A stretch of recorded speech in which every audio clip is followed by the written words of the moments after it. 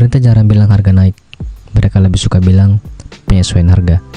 Tapi sebenarnya, apa yang disesuaikan? Dompet kita atau gaya bahasa mereka? Kalau kawan-kawan turun ke jalan, aparat tidak pernah bilang mereka mengubarkan demo.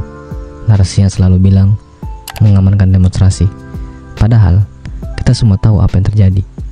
Sekarang coba bayangkan, dunia tanpa kata korupsi. Kalau kata itu saat tidak ada, bagaimana cara kita mengerti apalagi melawan korupsi? Nah, di video kali ini kita bakal bahas bagaimana bahasa mempengaruhi cara kita berpikir. Dan selamat datang di rubrik Paham Bahasa. Sejak kecil kita diajarkan bahwa bahasa itu cuma alat komunikasi, sesuatu yang kita pakai buat ngobrol dan buat nulis. Tapi ada satu teori yang bilang bahasa itu lebih dari sekedar alat. Bahasa bukan cuma menyampaikan pikiran, bahasa juga membentuk pikiran. Teori ini dikenal sebagai Sapir-Whorf hipotesis. Namanya diambil dari dua ahli bahasa, Edward Sapir dan Benjamin Lee Whorf. Intinya sederhana, tapi revolusioner. Bahasa adalah kacamata yang membuat kita melihat dunia dengan filter tertentu, dan setiap bahasa punya kacamata yang berbeda. Film Arrival tahun 2016 pernah mengangkat teori ini.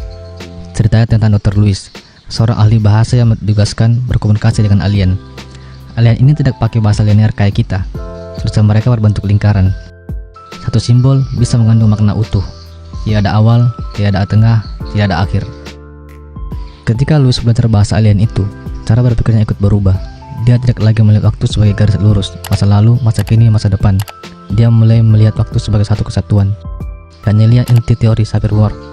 Bahasa yang kita kuasai bisa mengubah cara kita memahami realitas. Contoh paling terkenal datang dari suku Hopi di Amerika. Bahasa mereka tidak punya bentuk kata kerja kayak akan, sedang, atau sudah.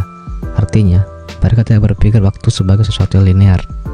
Masa depan bukan yang belum terjadi, tapi sesuatu yang datang lewat proses. Contoh lain, suku Inuit di Kutub Utara. Mereka punya puluhan kata untuk salju.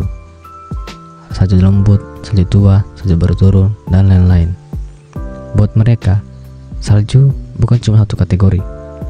Kita cukup dengan satu kata, salju.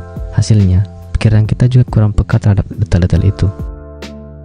Bahasa, pada dasarnya adalah kategori pikiran. Kalau bahasa kita miskin kosakata, maka pikiran kita pun miskin kategori.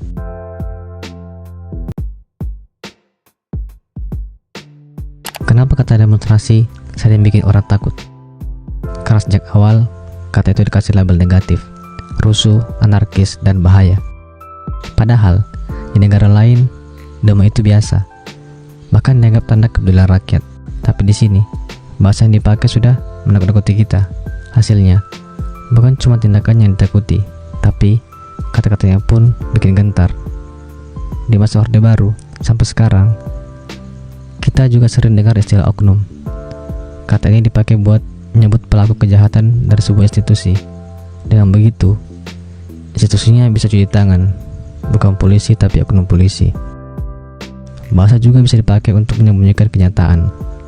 Kenaikan harga dari penyesuaian harga, ditangkap jadi diamankan. Kata pahlawan selalu terdengar mulia, berani dan rela berkorban.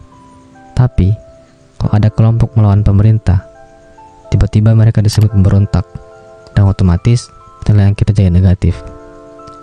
Satu kata cukup untuk membuat kenyataan jadi kabur, dan pikiran kita pun diarahkan untuk menerima tafsir yang diinginkan penguasa. Rezim otoriter tidak cuma menyensor gambar dan suara, mereka juga menyensor kata-kata. Dan kalau kata hilang, pikiran ikut mati.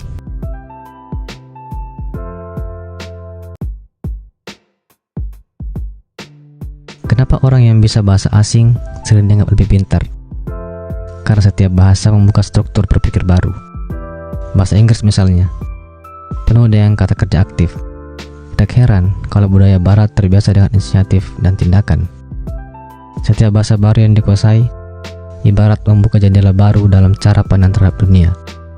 Semakin banyak bahasa yang dikuasai, semakin banyak struktur berpikir yang bisa diakses.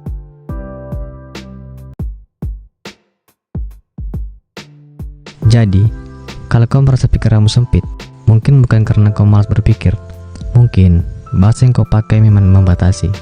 Karena sejauh apa kau bisa mikir, sejauh itu pula kosakata yang kau punya. Bahasa adalah kuasa, dan cara kita bicara pada akhirnya adalah cara kita berpikir.